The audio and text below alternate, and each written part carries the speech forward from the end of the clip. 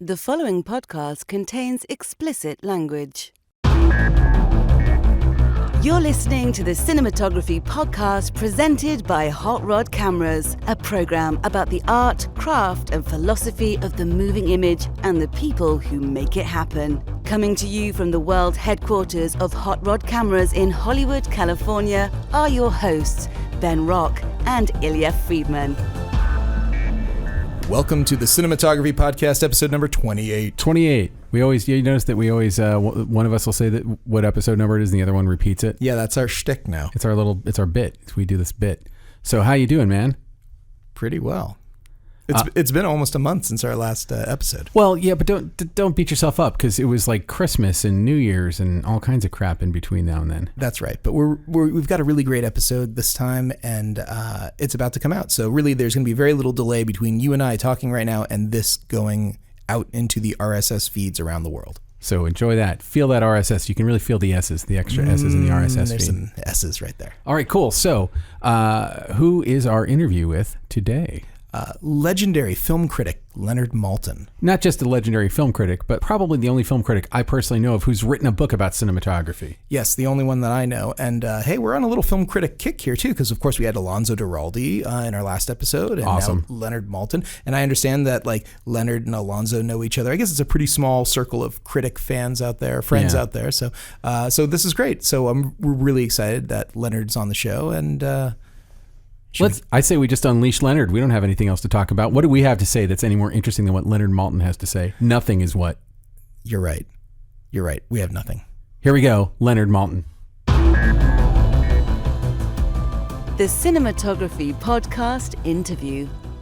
Today we are super excited to have legendary film critic, film writer, film journalist Leonard Maltin. Thank you so much for coming all the way out to Burbank. All the way out to, well, I live in the valley, so this is not a huge trek for me. Sweet. But we gotta soft pedal that word legendary. That gets tossed okay. around. To me, you are a legend. I'm a child of the '80s. Mm-hmm. I'm 46 years old now. I grew up watching you on Entertainment Tonight every week, maybe every day. I don't know. It seems like you were on every day. It's not a lot. And it was a period of time where I feel like we saw a lot of film reviewers on television. There was Cisco. Yeah, remember that? Yeah. Remember that idea? Yeah.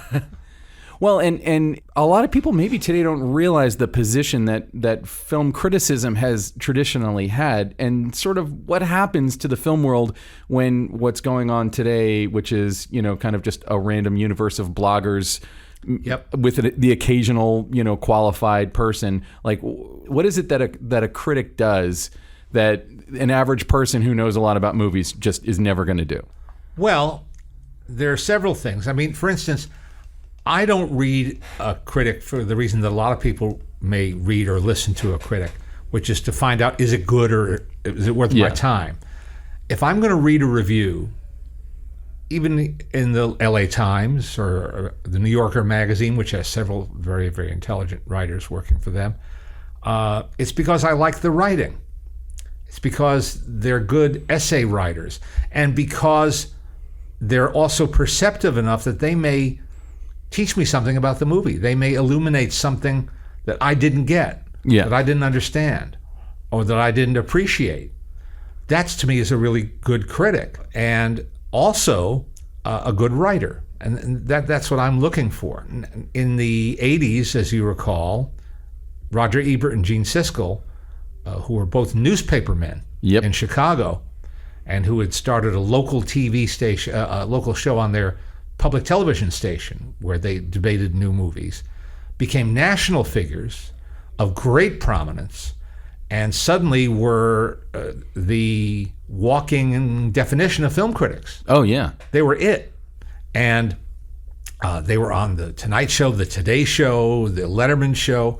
I mean, they were everywhere all at once, it seems, because that's how much they defined and dominated this little space, this niche of film reviewing. Well, in part two, they themselves were just kind of characters. Well, yes. Well, that's the other thing. See, and when they left the public TV station and then the public TV network and moved to a professional syndication or a commercial syndication, the PBS people tried to replace them and got two other guys. And then when those two other guys went into syndication, they made room for two other guys. I know all of these people too. Yeah. And but nobody had what they had. They had some particular spark in their conversations. It wasn't like a vaudeville act exactly, but they really got on each other's nerves. Yeah, they were like William F. Buckley and Gore Vidal. Exactly. Sniping at each other. Like there's videos you can find on YouTube of the two of them doing promos and yelling at each other. Yeah, exactly. And in the fullness of time, and with the sad reality that both of them became ill and died long before their time, really, they came to express their affection for each other. But there was no such affection while they were doing that show. Well, that's half the reason we would watch it. And at the time, to show you everything is cyclical, there were a lot of people who said they've reduced criticism to thumbs up or thumbs down, because that was their gimmick. Yeah. We give this movie thumbs up or thumbs down. And now today people are complaining about Rotten Tomatoes and the tomato score, tomato meter, being a reduction again, a simplification, a dumbing down. Well, it's not as simple as that, I think. I'm a tomato, by the way. As I point out to people, every tomato represents a critic. Correct. And so if you get rid of all the critics, there won't be any tomatoes to aggregate a score for Rotten Tomatoes. The other thing that, I'm rambling a bit here, but the other thing that I think critics can do, and this is my favorite part of the job, is they can champion a film. They can call attention to a smaller film that isn't going to get a $50 million, $100 million advertising and promotion budget. I mean, when Black Panther opened, everybody in the world knew it. Yeah. You know, I mean, they also happened to like the movie, but they knew it was there. But smaller movies, like there's a current one right now that I'm championing, as best I can call, The Death of Stalin. Mm-hmm. Oh, I heard about it. Oh, it's terrific. It's written and directed by Armando Iannucci, who created Veep, and before that created an even more scathing British political satire called The Thick of It. And I think he's brilliant. And this film is brilliant and funny, but not highbrow. It's telling a true story about the jockeying for power in the Soviet Union upon the death of Stalin, but it's played as a farce. It's silly, it's wildly exaggerated and hilarious, but also very, very trenchant. And, I was about to say, I can't really relate to what politics would be like if it was a farce. I'll have to see this movie to be educated. Well, I recommend it very highly. Anyhow, so getting behind a movie that you care about, as Siskel and Ebert did. All the time. You know, they were credited for putting the now famous movie My Dinner with Andre on the map for a lot of people who otherwise wouldn't have known it existed. And they did that multiple times. And to me, that's the best part of the gig. So, let's talk about like your career, how you started.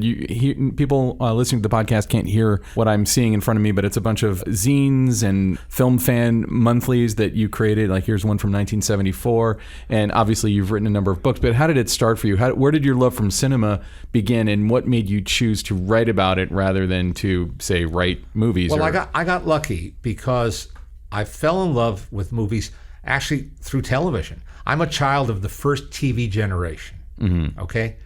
And when I was growing up in the 50s, you could look it up, the 50s. 50s and into the... It was only a few decades before I was around. Early 60s. TV was a living museum of movies.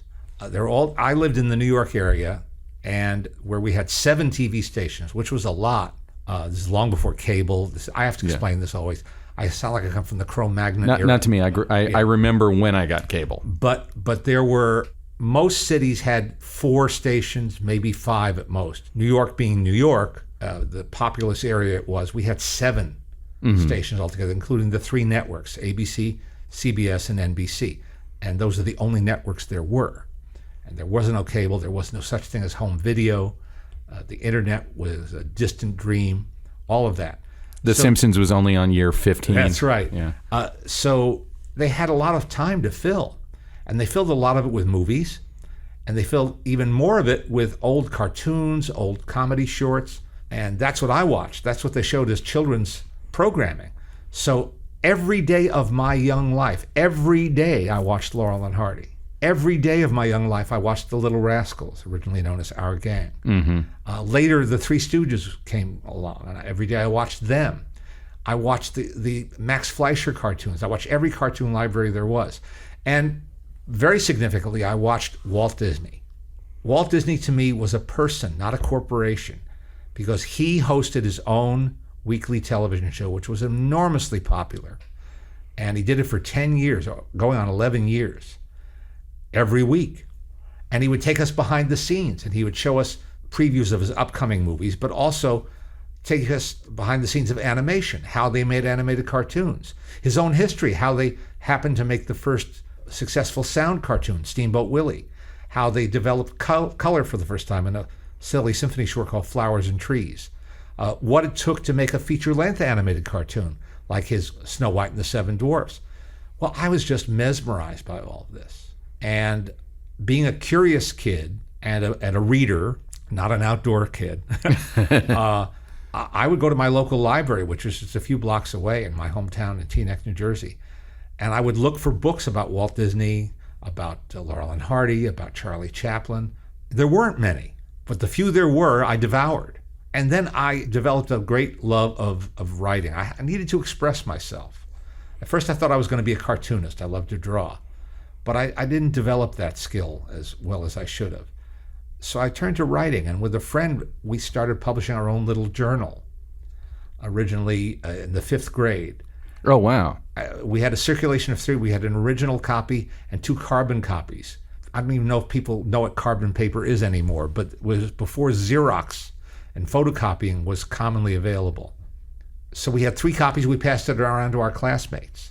And then we got a mimeograph machine, another antiquated device that allowed you to duplicate But copies. you had your own mimeograph machine to make your copies? A cousin of my father's was in the printing business, and he gave me a used mimeograph machine, a foul invention, but it did the job. I still have ink on my fingernails, I think, from working with it. And then eventually I found out there was a whole network of these so-called fanzines, amateur magazines. Today they'd all be websites, but in those days it was tangible, physical. And I wrote to 2 of them. One was in Indiana, Pennsylvania. It was a magazine called The 8mm Collector. Oh, wow. For people who collected movies on 8mm, not 8mm video, 8mm film. Oh, yeah. And you could buy movies. You could buy at a local camera store. Remember camera stores? I do. And department stores. And then there was a mail order place called Black Hawk Films in Davenport, Iowa, that sold vintage movies. Charlie Chaplin, D.W. Griffith films. They licensed the Laurel and Hardy silent library. And I would save up my money and buy those. Because in those days, in the baby boom era from which I come, every family had a home movie projector and a home movie camera. It was before the era of video. And so you took home movies of special occasions and vacation trips and things like that. You needed a projector to show them. And that projector would also accommodate a collection as I started to build. Every birthday present, that's what I wanted, a new Buster Keaton short or a new Charlie Chaplin short. So were you mostly fascinated with the classic, like the original silent movies? Yeah. And how old are you when you're getting into those? 10, 11, 12, something like that. I mean, that's amazing. I mean, like, I feel like those movies, a lot of them hold up often a lot better than a movie from 10 years ago. It's true. It's true. Those films will live forever. Mm-hmm. And I just realized last year I had a kind of a moment of a sobering moment where I realized that the Charlie Chaplin shorts that I love the most, that most people still revere, are the 12 shorts he made in 1916 and 17 for the Mutual Film Company. And they're called his Golden Dozen. Mm-hmm. It's classic titles like The Immigrant and Easy Street and The Adventurer and The Cure. All of them great. All of them great.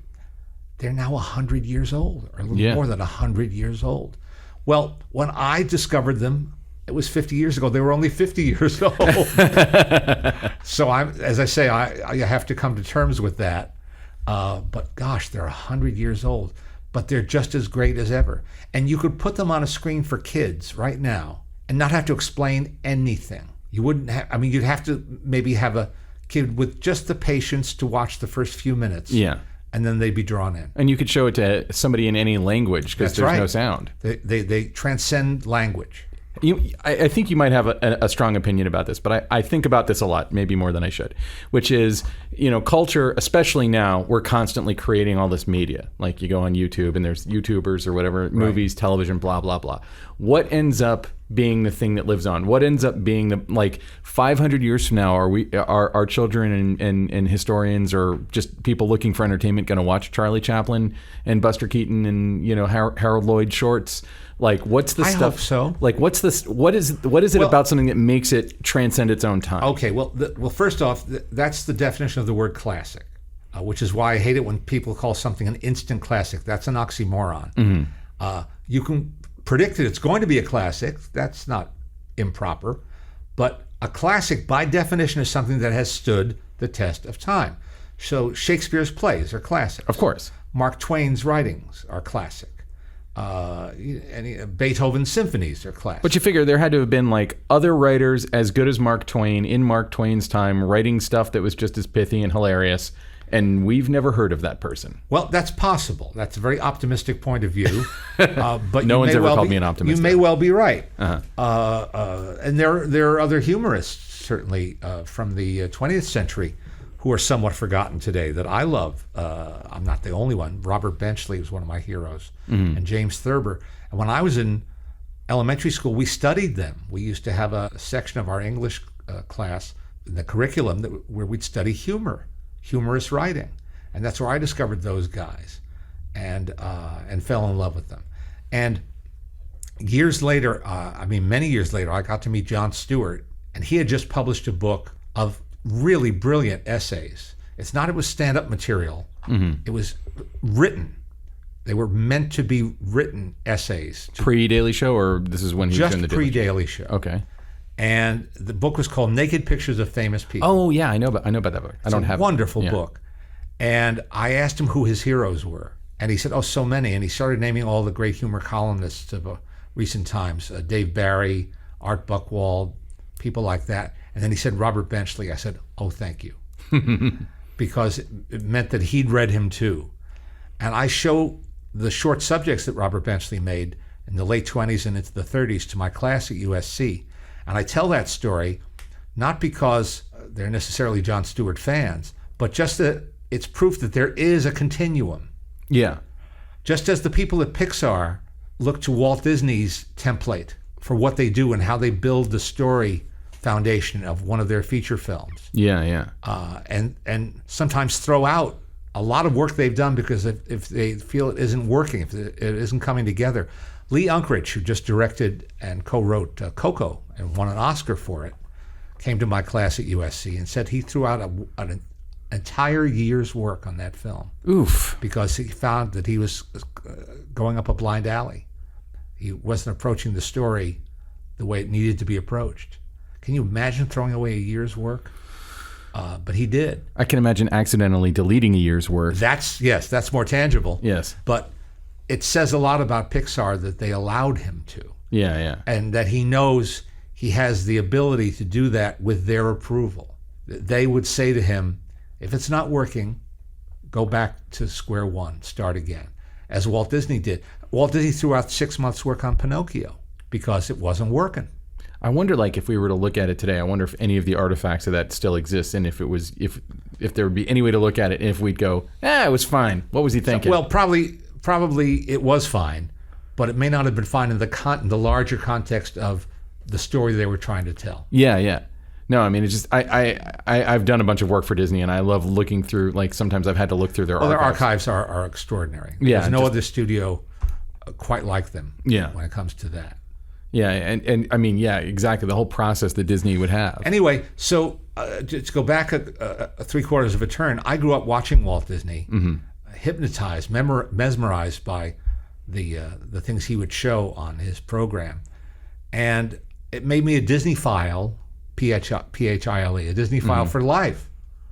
And I wound up writing a book called The Disney Films, where I wrote about every one of his feature films and his career at large. And I wrote a later book on the history of animated cartoons, including a big chapter on him. And then I co-hosted and produced a series of limited edition DVDs called The Walt Disney Treasures for 9 years. We did 37 separate volumes. Yeah. And most recently, for the past 3 years, I've been hosting Disney Evenings on Turner Classic Movies. So Disney has been and continues to be a big part of my life, and it started in childhood. I'm so lucky to be able to say that and to still have that love very much alive in me. Well, and the story that you're talking about with your interest in that growing and going out and finding books and all this stuff sounds virtually identical to every filmmaker that we've talked to, where it's like you found something kind of cool in childhood, and if you had zigged instead of zagged, you might have been writing Disney movies instead of writing about them and enhancing them the way that you do.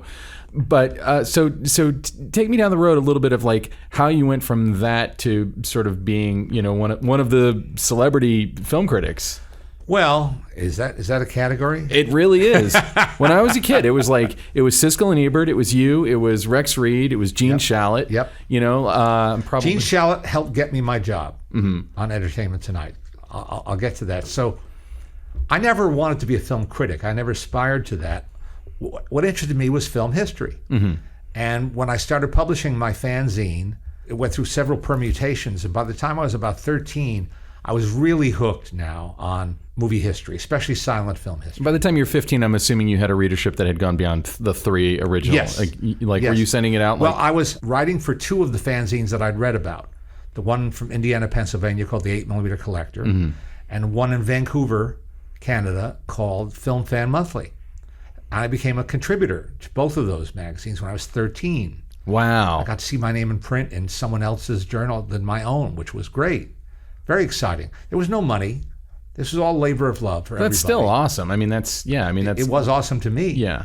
And after 2 years of doing that, Darryl Davey, the fellow who had created Film Fan Monthly, who was only 21 when he contacted me and told me this, he said, I'm making a living now. I got a full-time job. I don't have time to keep up this magazine. Would you like to take it over? Mine had still been coming out on a mimeograph machine. We had sort of built a list of about 100 readers. He had 400 readers. Wow. And he was professionally printed. Could use photographs and everything. It's like, wow, that's for me. So I did. I took over his magazine. Well, that was in the 10th grade. That was the end of interest in schoolwork. That was it. It was over. The curtain rang down. Luckily, I could coast just well enough to pass, some of my courses, and didn't get kicked out of school. But all I thought about was this magazine. And it also meant licking stamps, stuffing envelopes, schlepping to the post office. Yeah.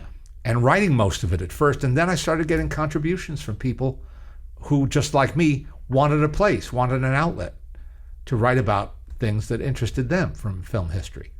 So I did it for 9 years, every month for 9 years.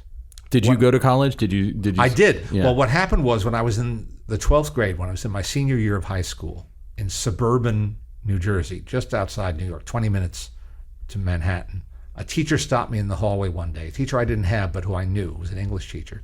She said, I really like what you've been doing, and I have a friend who's an editor at Signet Books in New York. Here's his number. Call him and go see him after school one day. I think the two of you would really hit it off. Okay, why not? I didn't know what this would lead to. In my imagination, I dreamt that it would lead to someday me writing a book for him. I went to see him, and I brought a stack of my little magazines, and we were breaking the ice, talking in his office, and he said, what do you have there? I said, well, this is a magazine I put out. He said, oh, I love your magazine. I don't know how he had seen it. He might have subscribed when he was with another publisher, and that's why I didn't put 2 and 2 together. Or maybe the school teacher had given him copies. But either way, it really did break the ice. He said, do you know this book that's called Movies on TV? I said, sure, I use it every single day. It was the only thing of its kind. It was a paperback book with capsule reviews of movies that were shown on local television. And in those days, local television stations, as I say, were a home for movies of all types, all ages, and they showed them round the clock. He said they were just doing it to fill time. To fill time, They didn't right. have original programming. So it was before infomercials. It was before any of that. So he said, you know this book? I said, yeah, I know it really well. He said, well, do you like it? I said, as far as it goes. He said, well, what would you do differently? I said, well, he only lists like 2 cast names. I want a bigger cast list than that. He doesn't list the director. I'd want to put in the director. He doesn't give the running time, and some of these local stations chop the movies mercilessly to fit a 90-minute time slot. Oh, yes. So I want the original running time. Also, if it's in color or black and white, which back in the late 60s was more relevant than today when virtually everything is in color. I rattled off all these things, and he said, "How'd you like to do it?" I said, "What do you mean?" He said, "I'm looking for somebody to do a rival book. You want to do it?" I said, "Yeah, I guess so." I mean, how many movies are you talking about writing capsule reviews for? Well, it turned out it was 8,000. Oh, my God. I was 17 years old, and he said, "So what are you going to do now?" After we shook hands, going to go to the contract department and draw up a legal agreement. I said, "Well, I've been accepted at NYU. I'm going to school this fall." He said, "Why? I just gave you a job." I said, "Well, because it's what I'm supposed to do." I was a very straight arrow, square kind of kid. It's like, well, I know I have this plum job here, but I'm supposed to go to college. So I did. And at the time, NYU did not have an undergraduate film study program. Wait, so did you write the book while you were going to school? Uh-huh. Actually, I finished most of it before. He said 8,000 capsule reviews? Well, my editor, who became a friend, said, "You're going to have to hire people to help you do this." Yeah. He said, just try to make sure you end up with some of the money yourself. It was good advice that I didn't entirely succeed at following. But yeah, I hired people to help me. And then I found out the real key to doing a reference book of any kind, have other people proofread it, and then have proofreaders proofread the proofreaders. Mm-hmm. It has to be scrupulously edited. And that was the crucial part of the process. The book came out when I was 18 and a freshman at NYU. And I didn't know it would take all I saw were its shortcomings. As soon as it became a book, every error or every bad phrase, turn of phrase, stood out like neon on the page to me. So I had mixed feelings about it. And it was 5 years before they called me to do a second edition. Mm-hmm. And then 4 years before they called me to do a third one. But then they said, "Well, we're going to keep doing this on a regular basis." I did it for 45 years. 45 years. How could I have dreamt when I was 17 years old that exactly. this would become, You were a college freshman with a book in publication. Yeah. That's amazing. So what I did at NYU, I was very lucky. I became a journalism major, and everything was taught by working journalists in the city, in New York City. Mm-hmm. And they let me cherry pick film courses for credit, not just auditing. What was the film program like? What year are we talking about? Well, I was there from 68 to 72. So this is I came just a little bit too late to have Martin Scorsese as my teacher. I have a good friend I was about to say. who wrote a wonderful article about his experiences with Scorsese at NYU. But it's like you're sort of right. You're there at, around the same time as all the film school brats. I know a lot of them were in California. Most but of them like were on the West Coast. Coppola and Spielberg and all those people who John Milius, all those people who sort of exploded into film in the 70s. And but I was there as a witness. Yeah. I mean, I remember going to see Bonnie and Clyde and The Graduate and just being, blown away. What is this? I remember speaking of Mr. Scorsese, I remember seeing Woodstock in a first-run engagement in Manhattan Theater and hearing the crowd sounds behind me with surround sound, multi-channel sound. Wow.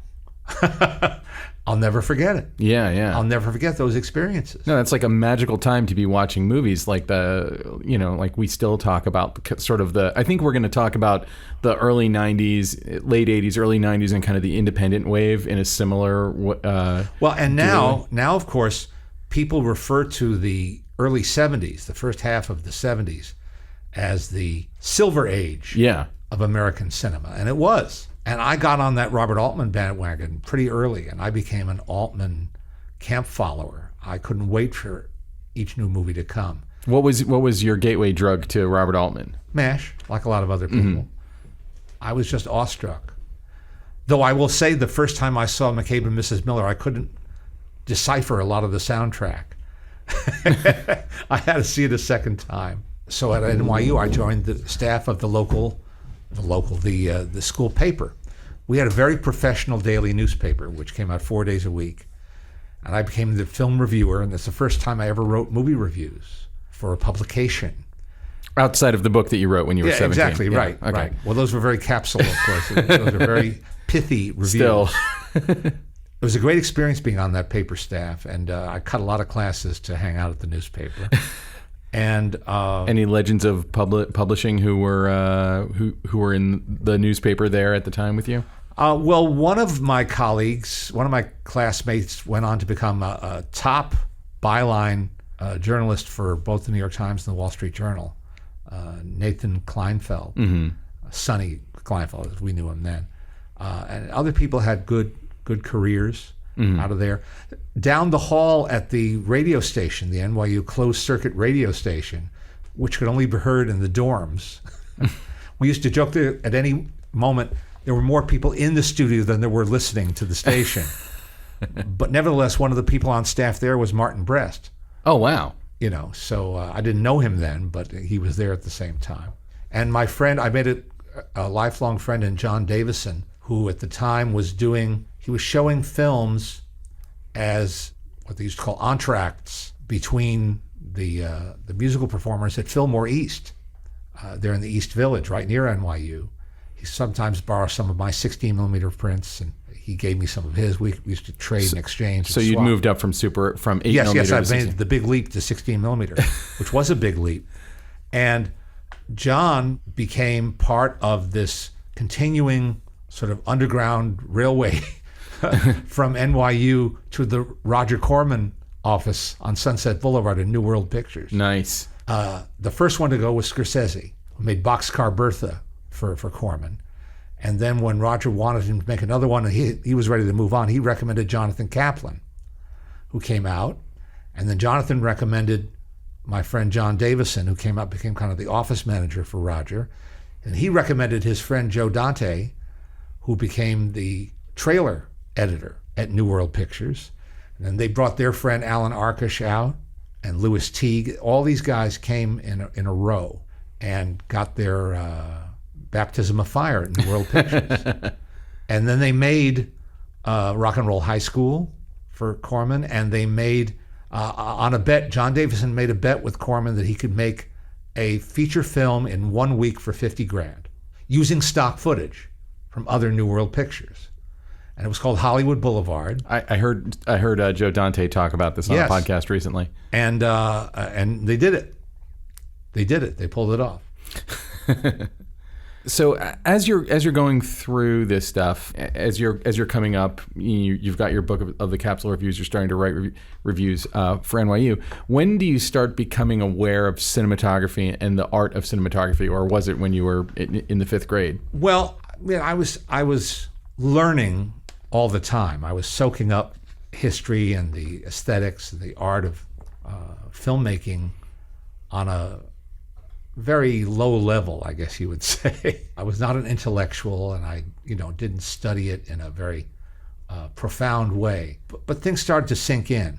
And here is a story I should be embarrassed to tell, but I'm not. I haven't gotten my foot in the door with the publishing house with my movie guide. I then pitched another idea that they bought that became a book called Movie Comedy Teams. Great fun to write, about Laurel and Hardy and the Marx Brothers and the Three Stooges and all these great teams. And then summer was coming up, and I wanted another book project. And I pitched several ideas. There was a new editor there by now. And she said, no, none of these really do it, but we're interested in a book on cameramen. And I said, well, I don't know anything about cameramen. And so I had nothing to offer. But a couple of weeks went by, and I said, who might have turned down an offer from a publisher? This is a major publishing house, New American Library, which then was swallowed up by Penguin. So I did a little reading, and I went to my mentor, William K. Everson, one of the foremost film professors, authors, and historians, who was a New Yorker, a British-born man now living in New York. And I asked his advice. He said, well, he said, it's easy. He says, go out to L.A. and visit the ASC and go to their clubhouse because all the old timers hang around there and they all have great stories to tell. Well, the one book I'd been reading was co-written by Arthur C. Miller, a legendary name in cinematography. So I called him on the phone. He was then the president of the ASC. He had 3 Academy Awards under his belt. He was pretty much retired by then. What did he win the Oscar for? How Green Was My Valley. Which beat Citizen Kane. Yes, it did. I always bring that up. I should remember. I think Anne and the King of Siam, all Fox movies, and Song of Bernadette those may have been the 3. But he worked on The Perils of Pauline, the silent film serial in Fort Lee, New Jersey. Yeah. An amazing career. He said, come on out. Happy to see you. I'll introduce some of the other fellows. So I had one locked in. I had Arthur Miller for sure. And a friend of mine out here, a pen pal of mine, was friendly with the wife of Hal Moore, M-O-H-R, Hal Moore, another Oscar-winning, legendary, pioneering cameraman. So I had 2 for sure. And I came out, and who was indeed sitting around the ASC clubhouse, which has now been expanded and, renovated and all that, but was still was it in the same place? Yeah, on Orange Drive. Oh, wow. Yep. It was a silent movie actor's house. Conway Turrell, a silent film actor, it was his residence originally. Did he donate it to the ASC? Or no, I think they just bought it up? They bought it at some juncture there. Uh-huh. Sitting around was Hal Rawson, the man who shot The Wizard of Oz, Singing in the Rain. Never heard of those movies. Also started in the silent film era.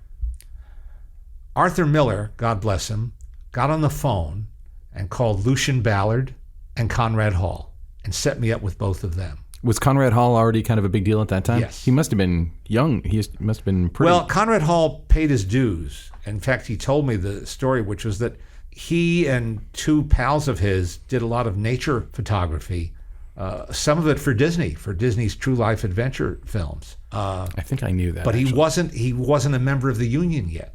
And the union was very, very strict back then. And so even though he had oodles of experience behind a camera and had exposed a lot of film, he had to start from the bottom. I don't know if he started as a loader or an assistant, but on a TV series. And he had to work his way up, and did, because he was so good. And I think he was also very, a very likable guy. And by the time I talked to him, he had just shot In Cold Blood, I think. Oh, okay. When I had spoken to him, or recently shot In Cold Blood. So yeah, he was now on the A list, but he took him time to get there. It seems like he must have been kind of young to be on the A list at that point. He was a young veteran. Yeah, I guess you'd say. Like he couldn't have been more than in his 30s at that point, I'm assuming. No, I think maybe a little more than that. Really? No, I was actually interested when I was doing the research about your book to see that Conrad Hall was in a list with all of these serious old timers, because Conrad Hall passed away probably 10 years ago. Yeah, I think the last movie of his that I saw was Road to Perdition. Road to Perdition, which was exquisite. Yeah, I mean Yeah, as I say, he had to go back to square one to become a legitimate union. I'm just card imagining carrying, we're on the set of Bonanza and someone's like, "Hey, Conrad Hall, go get me some coffee." And then Lucian Ballard, that was a trip because he lived out in Malibu. I'd only been out here once before. I'd never been to Malibu. And a friend drove me out there. I was 19 or 20 years old, Mm-hmm. And I got this 2-week crash course in cinematography and in the history of cinematography, which was the history of American filmmaking. So, how much does this blow your mind at this point? Because you've been all of it. You've been writing about all film since you were 15? Yeah, you've been writing 13. about film. 13. You've been writing about film. So now you're in your early 20s, and you go meet with all of these amazing, legendary cinematographers. How does your perspective on filmmaking shift when you understand what these people brought to the process? A whole lot. As I say, it was a crash course. It was truly eye-opening, no pun intended. Mm-hmm. But it really was, because I had been performance-oriented. I fell in love with Laurel and Hardy and, as I say, and Charlie Chaplin and Buster Keaton. Charlie Chaplin is very cinematographically driven. His stuff is, and Buster Keaton as well. Of course. The cinematography. But I was just enjoying the films. Yeah, of course. Enjoying their work. Well, I think that's how we all start watching movies. Right. And the first director I ever encountered, I guess this was in my teens, who came to New York for a retrospective, was Ruben Mamoulian, a fascinating man who was primarily a theater director who also made some pretty notable movies. He did a very striking early talkie called Applause, which is a creaky movie dramatically, but a very advanced movie technologically. He wanted to make naturalistic use of sound when sound was brand new and there were nothing but people saying, no, you can't do that. Yeah. He did. He made the first full 3-color Technicolor feature, Becky Sharp. He made the early 1930s version of Dr. Jekyll and Mr. Hyde with Frederick March, which is very sophisticated technologically again, and dramatically. Yeah. And he was a raconteur. He was a wonderful storyteller. And he was there for a week or 10 days accompanying all these screenings, and I went to as many as I could. And that was the first time I started thinking seriously about who was behind the camera. Yeah. He really opened that door for me.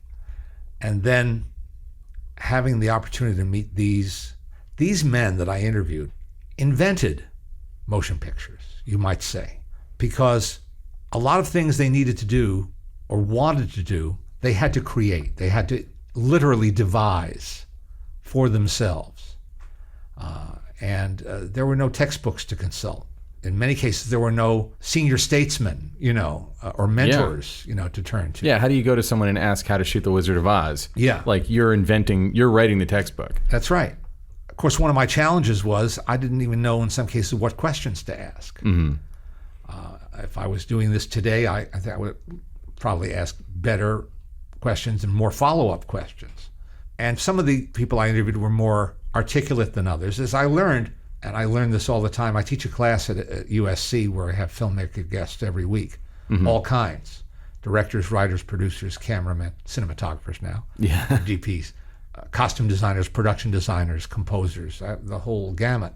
And so I learned something every week. I learned something all the time at this class, and which is what makes it stimulating to me. Each phase, each facet of film production has its own art. It has aesthetics and nuts and bolts. Yes. It has both. I foolishly thought of some of these people as technicians and very quickly was disabused of that thought. Because if my very first guest 20 years ago when I began this class was a sound mixer who had made Jackie Brown with Quentin Tarantino. Oh, wow. And I thought, and Quentin and all the other principals were in London for the premiere. So the only guest we could get was the sound mixer. And I said somewhat condescendingly to the fellow who booked the class, the sound mixer? We have Quentin Tarantino's first film in 5 years, and this is who we're getting, the sound mixer? But then I watched the film again that night with my class and listened more attentively. Yeah. Well, he shot a lot of it at the Del Amo Mall. How do you get natural sound in a noisy place without looping? It didn't sound like it was looped. There's somebody gets whacked inside a panel truck. How do you create that sound? I started thinking about all these things. Well, this is the post-production sound mixer or the on-set sound mixer, like the person who was both. Oh, wow. I believe in this case he fulfilled both. Whoa. Functions. If I may be mistaken, it's Michael Minkler is his name. Turns out he's now a 3-time Academy Award winner. Mm-hmm. He was 2 at the time I met him, and a 3rd-generation sound man in Hollywood. Whoa. And a really nice guy, a really good guy, and very, very articulate about his work. I've had other guests who are great at what they do, but they can't talk about it. Well, that's no crime. Getting good interview with Robert De Niro is almost impossible too, and I've talked to him many times. Yeah. So it isn't enough to be one of the greatest actors on the planet? No, that's enough. The fact that you're not a great interview is no crime. Yeah. But I learned. I kept learning, and I still learn. I still learn all the time, which is why I'm still enthusiastic about it. So, like, what were like some of the mind-blowing revelations when you were writing this book? Is this book still in print, or can people still get it? I think nowadays in the world of online bookselling, you can get anything. Oh, that's true. You just It originally came out as Behind the Camera, and that book is almost impossible to find. It was a mass-market paperback. But the nicer, slicker edition is called The Art of the Cinematographer. I think it may still be in print, but it certainly is available. It's interviews with those 5 people: Arthur Miller, Hal Moore, Hal Rawson, Lucien Ballard, and Conrad Hall. And then a lengthy introduction about the history of American film in a kind of a capsulized form from the point of view of the cameraman, as they used to call them. So when we're talking to cinematographers, I always ask them, when you're reading a script, what first occurs to you, the lighting or the composition? Mm-hmm. So I've been trying to think for days how to spin this around to ask you, but what is the thing when you see a movie and you remember it for the cinematography, what do you remember it for? What about the cinematography sticks with you? Well, being a layman, it can be tricky, because is it really the cinematography I'm admiring, or the beautiful scenery where the film was shot? Sure. Just like costume designers get attention for the most elaborate, period pictures, whereas just as much work goes into a contemporary movie. Yeah. Where the costumes are not showy, and so it is with cinematography. Roger, in that it's harder for you to figure out what part of it is the cinematographer's contribution. Exactly. And now that I know more about production design, and I know more about editing, and I know more about the role the director plays in certain instances. Some of the guys I interviewed said they work with very well-known, even famous directors who never looked through the lens. Mm-hmm. They just left that to their cameraman, and they were as surprised as anybody when they watched the daily. Well, that's how it was back then, because there were no video taps and there were no monitors. That's right. So you'd have to literally stick your head up. And in fact, you didn't necessarily have a reflex camera. Yeah. But a lot of them, were blissfully ignorant of the workings of the camera. Whereas Orson Welles, when he came out to make Citizen Kane and worked with the great Greg Toland, not only learned from Toland, but also was an active participant with Toland in establishing the look of that movie, as he was with Stanley Cortez on The Magnificent Ambersons. So I guess it's still true today that there are some directors, although you see them with viewfinders, around their neck, some of them are savvy about, what lenses they want to use and what kind of lighting scheme they want to pursue for a particular film. And others lean more heavily on their DPs. Ron Howard came to my class one night with the film Frost Nixon, which I think is a terrific movie. It's amazing. And especially since it was really a play. Peter Morgan wrote it as a play and then adapted his own screenplay and made it cinematic. It's a very cinematic movie. Yeah, it doesn't seem like an adapted play. Ron said, because he's been an actor his whole life, he's still performance-driven. And he feels he needs to lean on his DP more than some other directors might to give him visual ideas and to stimulate his imagination about what to do in a given scene, because he doesn't immediately see it that way, the way it might be interpreted on the screen. I thought that was a very candid, admission on his part, and very interesting. Well, but then that's part of the that's his whole thing. I actually have had the opportunity to work for him when he was doing The Dark Tower, and one of the things I did was work on the animatic team. So we made an animatic of the version of The Dark Tower that he was going to do that nobody's ever seen before. Right. And he said that to us. He basically said that he loved. To me, this was like one of those moments where you go, that's what a genius does. He said to all these storyboard artists and myself, he said, I like movies like what Zemeckis does or Spielberg does, where there's like a really amazing shot that like someone stands up and you realize it was all about something else the whole time. And he's like, but I'm terrible at coming up with those. So if you can help kind of pitch those. And what I learned was he's actually really good at doing those. He's just giving everybody ownership in the most benevolent, brilliant way that he could.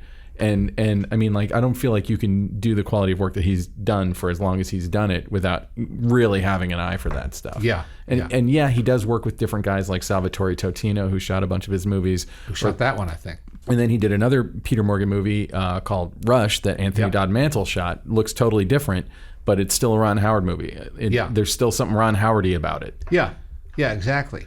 As I say, I learn so much from talking to these people. I guess the ultimate lesson is how collaborative this motion picture medium is. Mm-hmm. And you can talk all you want about the auteur theory, and there's some value to it. There's some foundation for that. But it's collaborative. And while there has to be somebody in charge and somebody in the driver's seat, if the people around you are not in harmony with you, if they're not making the same movie you are, if they don't understand the dramatic purpose of each scene, each sequence, as well as the film in total, it's not going to be as good as it could be. Yeah. That's what I learned from Michael Minkler. He's not a technician. He's a creative contributor to the film. And if he's not, he shouldn't be on the film. Well, yeah, I mean, if they were simply technicians, then, we wouldn't be giving them Oscars and we wouldn't be honoring them. And, if you look at something shot by Conrad Hall, or you look at something shot by Robert Richardson or Ellen Kurras or any of the really amazing name DPs, you can usually spot, I don't want to say it's a tell, because, like Roger Deakins, for the longest time, I was like, so the same guy who shot Barton Fink shot The Shawshank Redemption? Like, I don't see it. But that's the point. The point is that he's so good, he adapts to the material. Yeah. He's there to serve the movie and serve the director. And that's what most people will tell me and tell anybody. Mm-hmm. They are there in service to the director primarily and ultimately the project they're working on. Well, but I do sometimes think about people like Robert Richardson, who there's a look that he gets. Mm-hmm. And, it could be Snow Falling on Cedars, it could be Fast, Cheap, and Out of Control, it could be JFK. They are all different movies by different directors, but there's some kind of crossover in the look. Even when he started working for Tarantino, I was like, how's that going to work? Because to me, they're both people with very specific looks, and it's a synthesis of their look in a sense. Like, I feel like I don't know that I would watch 5 seconds of Kill Bill or not. He shot Kill Bill, and be, Robert Richardson shot that. But when you know it, and maybe this is confirmation bias on my part, I'm like looking at it and I'm like, I'm seeing the kind of highlights. I'm seeing the way that he lights. There's a style. There's a specific style, and it's sort of like movie stars, where it's like, Jack Nicholson is always Jack Nicholson, but he's always compelling to watch. Yeah. But then there are people like Billy Crudup who like sink into a role and you don't know. And in the golden age of Hollywood, which I cover in large part in this book, there was a house style at every studio. An MGM movie looked like an MGM movie, and it didn't look like a Warner Brothers movie. When did we lose that? Like, Disney is the only studio that I feel like has... With the collapse of the studio system in the 50s, and the coming of television, and the development of widescreen, mm-hmm. and other processes and different color processes as well. Almost everything got shook up in the 50s. I remember watching on 60 Minutes a couple of years ago. They had like some film footage right after the big earthquake hit San Francisco, and it was like, this is our look into the life of what San Francisco was like before that. Well, assuming that the internet doesn't die and that all the data that's on the internet is still around, 1,000 years from now, people will just be able to hear our most intimate thoughts and see everything that we're doing. And I kind of wonder, like, okay, so then what parts of our culture, what becomes the Shakespeare of our time? Is it David Mamet, or does David Mamet end up being just one other person? Is it Star Wars? Very hard to predict. Yeah, very hard to predict. Star Wars now has 40 years of history behind it. It's still very much alive, as we know, and they've announced 10,000 sequels to come in a TV series, so it's going to be around for a long time. Yeah.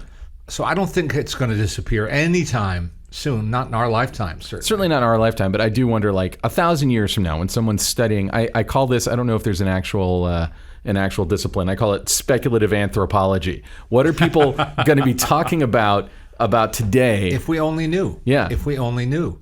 Films take on greater meaning sometimes with the passage of time, and others have the opposite situation where they become less significant than they seemed at the moment. Yes. You know, I remember, because I had just started working at Entertainment Tonight a short time before, when the Academy had to decide what was the best picture of 1982. Was it E.T. the Extraterrestrial or Gandhi? Yeah. They voted Gandhi. When was the last time you watched Gandhi? Yeah, it's been a minute since I've seen Now, Gandhi. mind you, Gandhi's a good movie. Nothing wrong with Gandhi. Nothing wrong with it. It's a perfectly respectable biopic made by Sir Richard Attenborough. Actually, it was Lord Richard Attenborough by the time he passed. Was he a lord? Uh-huh. Well, he wasn't a lord when he made Gandhi, though. No. So it was made by Sir, who would one day be Lord Richard Attenborough. Who, of course, ended up working with Spielberg on Jurassic Park. So it's kind of a funny...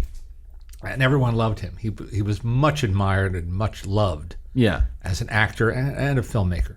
So it's a perfectly good movie with a very fine performance by a man we didn't know then named Ben Kingsley.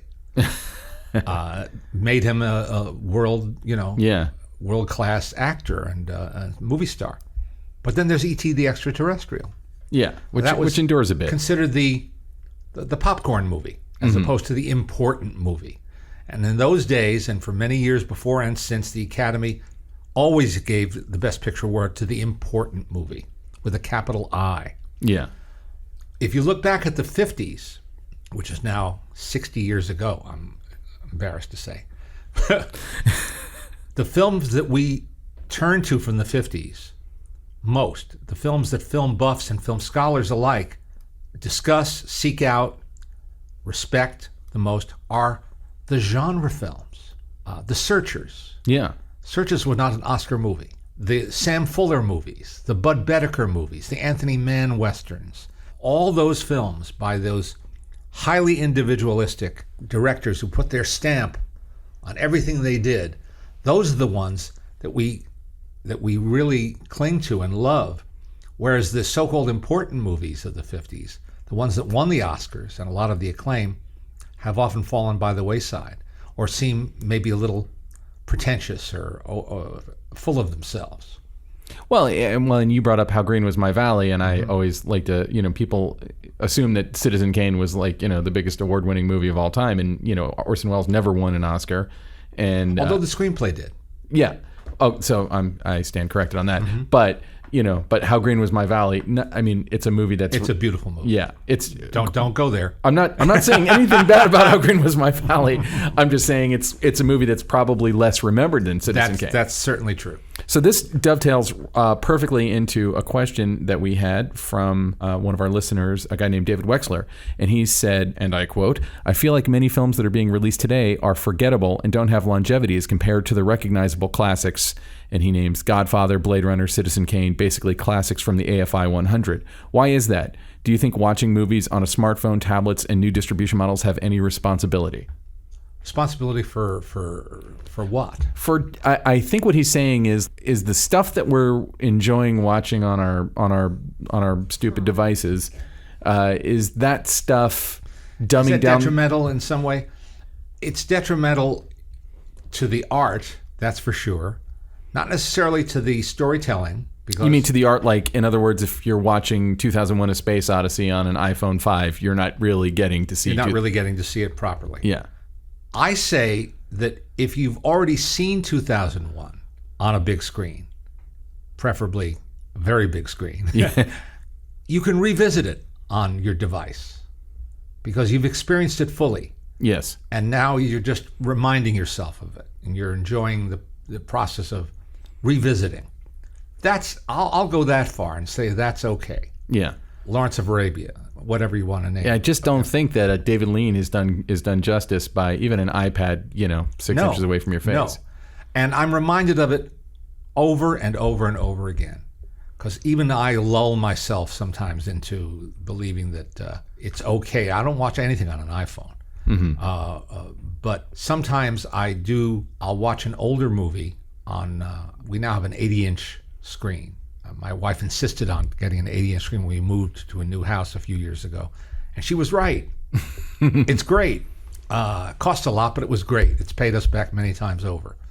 But there's still something different about seeing it really larger than life, and being in a darkened theater with maybe a simpatico audience. That's a utopian situation these days, but it does happen. I don't blame the devices for anything, and I don't blame the streaming services for anything. I don't hold them accountable for anything at all. Why don't we have more films that seem timeless or seem as if they're destined to endure? This has always been a battle between art and commerce. Mm-hmm. It's show business. Somebody has to write a check to pay for these movies. And people say to me at the end of every year, it was a pretty good year, wasn't it? I'll say, no, it was a pretty good month. They save up all the good movies for like November and December, or it starts Labor Day now around the Telluride Film Festival, the Toronto Film Festival, the Venice Film Festival. Why are they sitting on the other stuff, But last year, Get Out came out in February. Yeah. I think that's a genuinely great movie. Damn near won the Best Picture Oscar, won Best Screenplay. That's right. And provocative, original, had a point of view, has something to say, does it in the cloak of a genre movie, a horror movie, in the most ingenious possible way. Will that hold up? Will that be something people will be watching in 10 years, 20 years, 50 years? I don't know. I think so, but maybe it will be eclipsed at some point. Maybe it'll be ripped off so much. This is one of the things that happens. Someone comes along with something original, and the impact of the original becomes diluted by all the pretenders. Remember all the Tarantino wannabes who came along? Oh my God, I do, yes. That was a grisly era, having to sit through all of those films. I went to film school during the Tarantino years, so you got to see the mainstream films, but I got to see the film students who thought that they were Tarantino making, Tarantino-esque student films in my class, and then I had to look them in the eye and explain to them how much I loved their film. I kind of have another question too with that. Our producer Alana has a question for you. She's sitting right here. Do you feel like movies like Star Wars, for example, is diluted, though, the impact of it, by having so many sequels? And, for instance, all the superhero movies having a gazillion sequels and spin-offs and et cetera? Well, there's no rule. There's no rule of thumb here. I liked the last Star Wars movie, The Last Jedi. I thought it was very entertaining. I thought there was too much of it, enough for 3 movies maybe. Mm-hmm. But I was surprised at how much I really enjoyed it. So if the films maintain that standard of quality, then I have no problem. I have no issue. But yes, I've been having comic book hero fatigue, superhero fatigue, and I've also been having animation fatigue. I used to see every animated movie that came out because there weren't many of them, and they were an event. Disney owned that category, for decades. There were the occasional Don feature. Bluth or whatever. Yeah, but it was occasional. Mm-hmm. And then when Jeffrey Katzenberg broke off and created DreamWorks Animation, there was another major supplier, and Sony got into the business, and then other people acquired the skill set to both here and abroad, overseas, to be able to make, polished animated feature films. Well, and the technology to do it got cheaper. Once it was all happening inside these very specific programs, all you had to do was be an amazing artist and storyteller and then learn a program. Right. But storytelling is the key. Exactly. That's the part you can't just pick up on the weekend. So now I don't see everyone because I don't feel a need to see every single one. The Nut Job, and all of that. I don't feel compelled. I like to pick and choose what I'm going to see, what I'm going to spend my time on. And as I get older, I get choosier. So I don't see any negative with Star Wars if they stick to their yardstick of quality, that measurement of quality. And I hope they do. And I know that they know, too. They're very smart people. Kathleen Kennedy, who's now running Lucasfilm, and all the people around her. They know there's a lot at stake here. Yeah. And so I think they're going to work very hard to make films that live up to the expectations of all these millions of fans. So I'm not too concerned about that. Do I wish there was more variety? Yeah, more original stuff. In Marketplace, I sure do. I absolutely do. It was very telling that last summer a number of sequels died, not at the hands of critics, but from the cash-paying customers. They didn't want to see them. Which ones are you talking about? There were several notable flops. Well, Teenage Mutant Ninja Turtles died. Didn't the new Transformers underperform in America? Yeah, Like, I think it did well overseas. Yeah. But there were several notable. Well, I do sort of wonder about that, sort of what Alana's saying, because like years after, one of my earliest movie-going memories was going to see the original Star Wars in the theater with my father.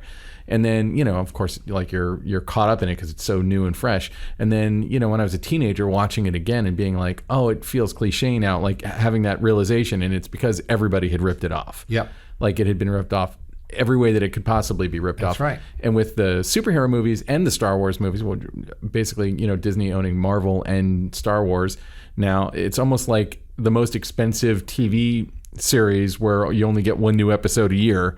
But, well, actually, in the case of the superhero movies, you might get 5 new episodes a year. There might be 5 movies within the Avengers universe that come out every year, and they have to maintain a continuity, and they have to tell their own story, and they also have to reestablish everything. That's why Marvel is so smart. And Kevin Feige, who happens to be a graduate of USC Cinema, where I teach, and a very loyal and generous alum who brings the films to my class. Oh, wow. Which is just great. Often brings the director or writers with him. He's a very, very smart guy because he knows they need an infusion of fresh ideas. And that's why he reaches out to unlikely or seemingly unlikely writers and directors to work on them. Yeah. As he did with Taika Waititi for Thor, with the Russo brothers, Captain America. That's so smart.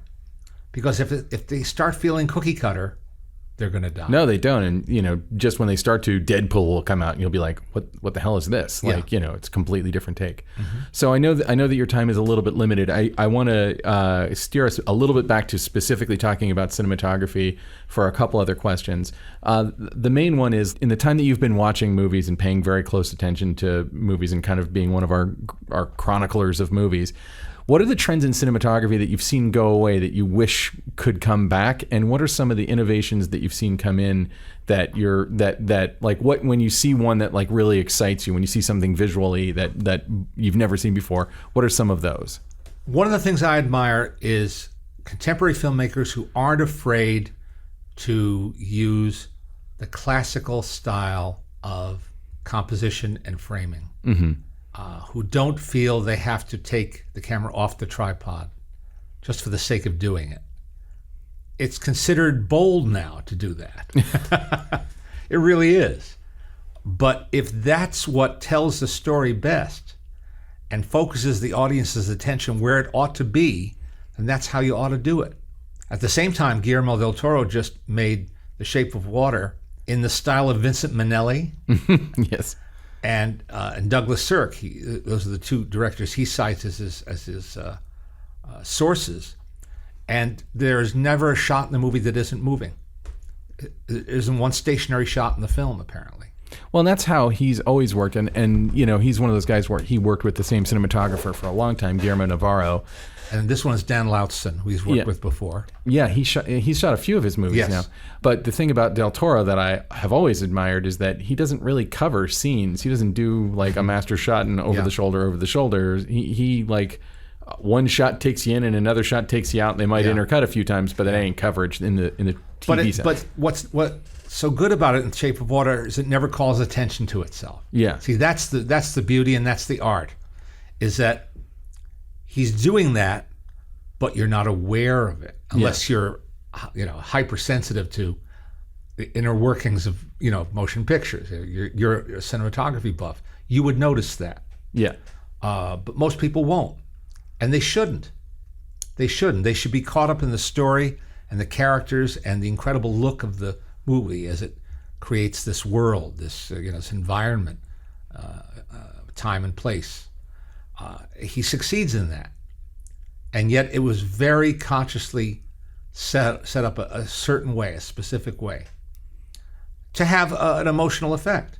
So you're saying that that it's an exciting thing to you when you see modern filmmakers using those techniques from looking back into history. Yeah, and kind of because modernize. I'm tired of shaky cam in particular. Okay, I have to say that, and I'm not sure there's always a reason for handheld camera work when I see it in films. It's just almost a toss of a coin. Well, let's just do this handheld. Yeah. Well, is it going to help your film? Is it going to help tell the story? Is it going to help draw the audience into the emotion of the piece and the performances from your actors? Then do that. But if it's not, why? Why have you chosen this? Do you think also, on a similar subject, do you think that we've lost anything now that we're not projecting on celluloid in most theaters? Well, to be perfectly honest, I can't tell the difference. And if you can't tell the difference, then I'm going to say most people probably would have a very hard time. Now, if it's shot on film, and as many films still are, many major films still are, and projected digitally, I really can't tell the difference. Chaz Ebert, Roger's widow, runs Ebert Fest in Champaign-Urbana every year in April. And a couple of years ago, they showed Robert De Niro's directorial debut, A Bronx Tale. I remember it well. And Chaz Palminteri was there, the man who wrote it and co-stars in it. And they borrowed a 35 millimeter print from Scorsese's collection at the George Eastman House. Oh, wow. Now, we're so accustomed to not watching 35 millimeter these days that watching it was a pristine 35 millimeter print, but it doesn't have that razor sharpness that digital filmmaking does. But it just takes a minute or two, I find, for your eyes to adjust. Just as when I show 16 millimeter still, I show 16 millimeter shorts sometimes to my class in Norris Theater down at USC. And it's not as sharp as 35, goodness knows, and there's a little more grain. But you know what? Your eye adjusts. If the content grabs you, your eye adjusts. I find that always interesting. So that seems like a really great place for us to stop. Thank you so much for coming on here. Thank you. Thanks for having me. So before you go, where can people find you online or find information about you? You can find me in the corner of Selma and Vine most evenings, just wandering back and forth. Just give the man a donut. He'll tell you everything about The Wizard of Oz. I am online. I'm on Twitter and Facebook at Leonard Maltin, Instagram. And you have a podcast of your own. And I have a podcast that I do with my daughter Jessie called Maltin on Movies for the Nerdist Network. We have a great time doing that. And I still write reviews and essays and journal entries at leonardmaltin.com on the website. Is your film guide are you still updating the film guide? No, that has passed into history, I guess. It's still alive because it's still got 16,000 movie reviews in the most recent edition. Well, what is still very much alive is my classic movie guide, which is films made before 1965, going back to the silent era. Leonard Maltin's classic movie guide. Cool. Well, thanks again for coming on, and everybody check out Mr. Maltin's podcast. So that was Leonard Maltin. Leonard, that was so much fun. We hope you'll come back and do that again. Can I honestly say, been a giant fan of Leonard Maltin since I was, 8, 9 years old, and I used to watch him on Entertainment Tonight, and I thought he was one of the most interesting, incisive critics, and he's just a source of positivity all over the film industry. Like the film world could not have a bigger cheerleader than Leonard Maltin. Thanks, Leonard. You are the best, and I hope that your encyclopedic knowledge of film is shared with us once again. It'd be wonderful. We'll bring him back. Yeah, we'll just throw him in the back of my car and make him come here all the time. Or maybe he'll have us on his podcast. Who knows? Because Leonard's got a podcast too. He should totally have us on. Yeah, he should. He should. It's about time that he talked about alien raiders. So anyway, so Illya, tell me about our war story, which is about to happen right now.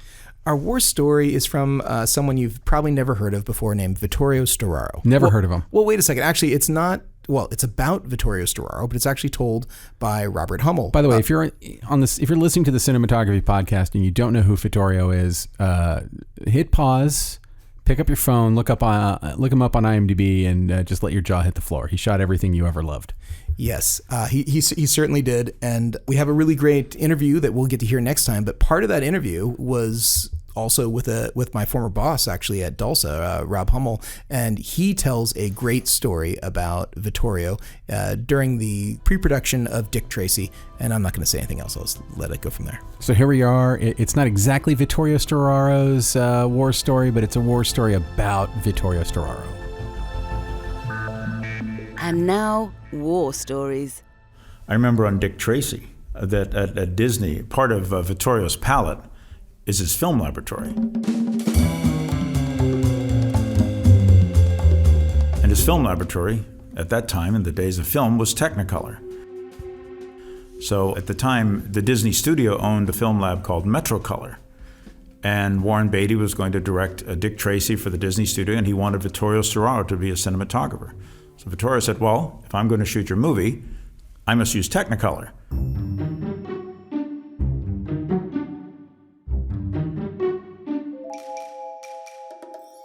So they had a big meeting. It was Michael Eisner, Frank Wells, Marty Katz, Jeffrey Katzenberg, Warren Beatty, and I was there along with Dave McCann, who was head of post-production, and they wanted me there because they knew I knew Vittorio.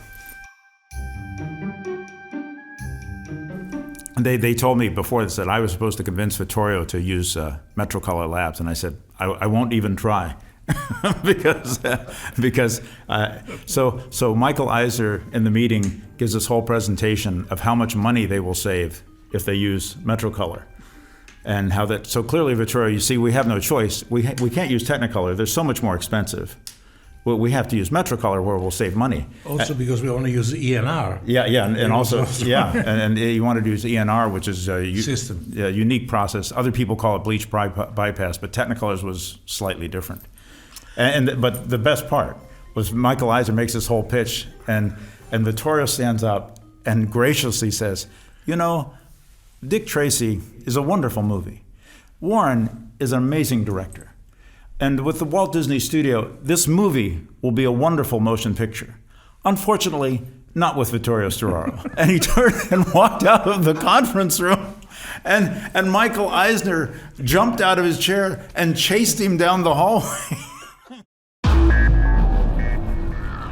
That was quite a story, and not surprising at all, knowing that Vittorio has been one of the most legendary DPs forever. You expect nothing less. Yeah, and that story will be in the episode next week. So if for some reason you want to hear that again, we'll have it in the next one. This time you'll hear it without music or sound effects or whatever we did, because I haven't heard it yet. Yeah, we are not going to put any music or sound effects. Just let it play out. Yeah, we'll try. Yeah. All right, so Ben, what's your short end this week? My short end is a TV series that I guess is getting enough. It's getting some heat.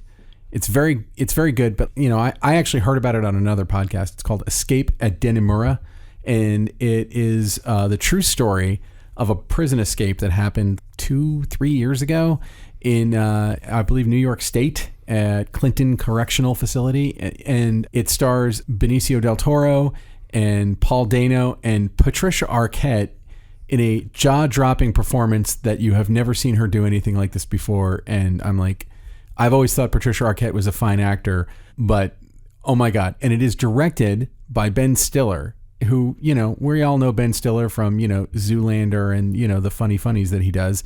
And this movie is, it's not a movie, it's a 7-hour miniseries. It's not uncomedic, but it's not especially comedic. It is just a brilliant drama. I would say one of the best prison break stories I've seen in a long time. And it is entirely shot by a woman named Jessica Lee Gagne, I believe is how you pronounce her last name. And she hasn't shot anything this is probably her introduction to American audiences. Most of the stuff she's done has been out of America. The cinematography in this movie, I keep calling it a movie, the cinematography on this TV series is gritty, it's crisp, it can be dark and noirish. She's someone we should probably try and get on the show. I'm really blown away with the camera work and the visual design of this show, which is, it's one of those things again where it's about people who are all deceiving each other, and it does a really good job of kind of creating a modern. I don't want to call it noir. It's not noir, but it's like it's almost a con game between three different people, and it's beautiful and it's dark. And I know that Ben Stiller was nominated for a DGA award, and I think Patricia Arquette was nominated for a SAG award, if I'm not mistaken. Wow. But she's been nominated for something. So like I think it's getting a lot of attention. But it's weird in this world of peak television. An amazing show like this just kind of goes relatively. You have to have somebody say, check this out. So I'm here to say it's on Showtime. You can get Showtime on your Roku or whatever for $10 a month. It would be worth it if you don't already have Showtime to get it. Watch the whole thing. It's brilliant. I've watched a few of the episodes twice. It's got some amazing sequences. It's amazing looking. It's one of those things where I think we're going to look back on television in this period of time and be like, so many masterpieces were just kind of shot out at us so quickly. It's hard to see them all.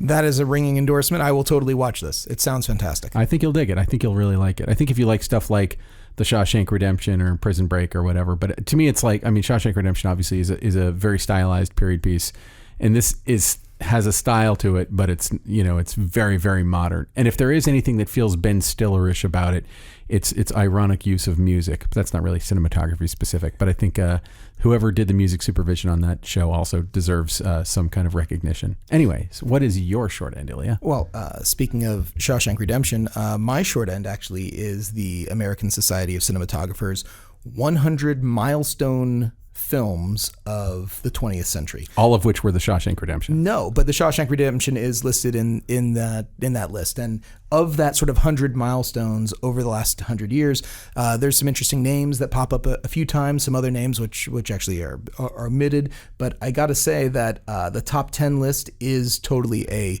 who's who of cinematographers, of movies, and the number one movie that they list in their top 10 is Lawrence of Arabia. If you've never seen Lawrence of Arabia, yeah, it's a masterpiece, and the ASC has called it the number one milestone of the last century, which is in terms of cinematography. In terms of cinematography, which is phenomenal. Number two, you've definitely seen, I know you love, is Blade Runner. Oh God, yeah, yeah, fantastic. Number three.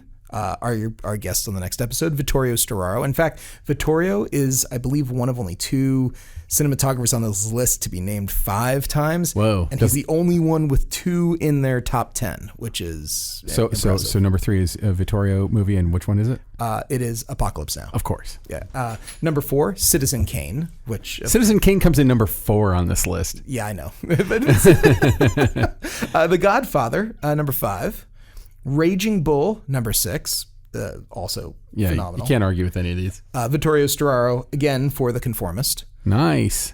Also fantastic. Days of Heaven, number 8, which I've mentioned on this podcast before. Number 9, 2001: A Space Odyssey. And then number 10, The French Connection, which, still, for my money, one of the best car chases of all time. Oh, it's the car chase that every car chase movie is attempting to recreate the excitement of. Yeah, indeed. So anyway, it's a wonderful thing. It's free. You can log on to the ASC website. If you're friends with me on Facebook, you can also. I put a link to it up there. I made it public actually. And even if you're not friends with Illya, he needs friends. Just friend request. Desperately need friends. Friends I've never met before. Please, I'm so lonely. Anyway, this is wonderful. It's got tons of great stuff in here, and the one that I mentioned before, the only time Roger Deakins is mentioned on here is Shawshank Redemption, 1994. That's the only Deakins that got on the list? Let me tell you, this is elite company here with all kinds of incredible... no Coen Brothers, or did they do like Miller's Crossing and it was Barry Sonnenfeld? Oh, actually, I didn't check Miller's Crossing. I'll have to check if... I don't know. No, it doesn't appear that's in there. So, but well, that list is incorrect then, because Miller's Crossing is the best film ever made. 7 Samurai's in here. It goes by year. Vertigo's in here. Dr. Zhivago's in here. The Exorcist is in here. Last Tango in Paris. I mean, is there only one per year? No, not at all. Like 1979 has a bunch. 1979 has Alien, All That Jazz, Being There, Black Stallion, and Manhattan.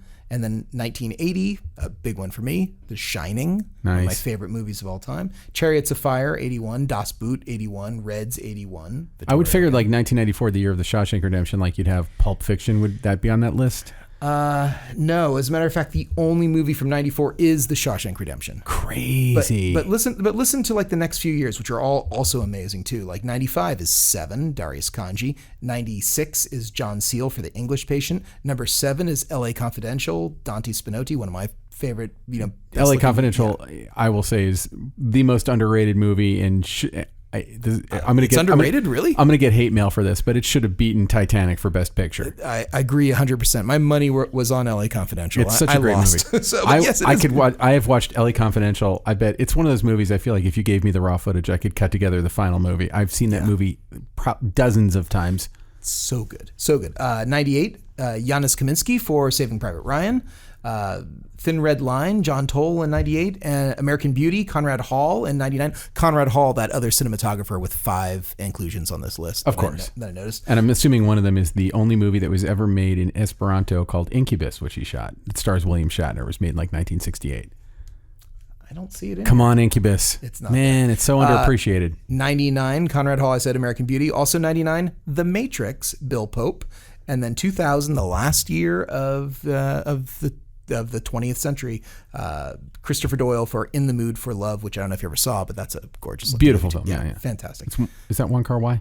It is Wong Kar-wai, yeah. So, but man, no Coen brothers. Oh well. Well, I don't know if there's no Coen brothers. I got to say, I have to comb through it here. There is 100 movies to look at. So, but it's not listed by Coen brother. It's listed by cinematographer. So, I would have to go through it. I just made mental note every time I saw Conrad Hall, every time I saw Vittorio Storaro. We're losing listeners by the hour right now. I'm sorry. Right Stuff. Caleb Deschanel's in there for 83. There's all kinds of great stuff in here, and it goes back to the beginning of time. Well, the beginning of the. Well, I'd be disgusted with myself at how many like decades I have spent watching all of the movies on this list, and I've seen almost all of them. I bet you've probably seen all of them. The first one on here is 1927, and it's Metropolis, which Fritz Lang. I own that on DVD. In fact, my God, it's such a great movie. On digital versatile disc, I own a copy of that. Wizard of Oz, 1939. Never heard of it. Okay, Bicycle Thief. Yeah, if I went to film school, I had to watch that. Okay, good. Sunset Boulevard, 1950. That's a classic. Yes. Yeah, okay. On the Waterfront, Seven Samurai, Night of the Hunter. That Night of the Hunter is fantastic. So, anyway, Bridge over the River Kwai, Touch of Evil. Yeah, it's a fantastic list. So awesome. Ben, where can people find you? Right here in your office at this table.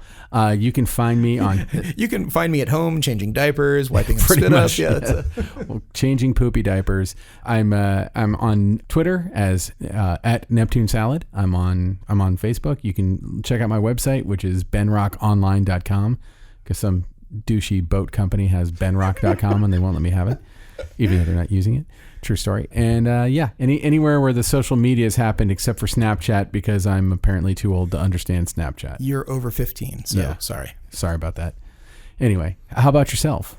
You can find me over at Hot Red Cameras, hotredcameras.com. And of course, I'm on all the usual things. Oh, we should encourage people to follow our Instagram. We're actually posting little synopses of all of our guests. So this one will go up on Instagram here shortly as well, too.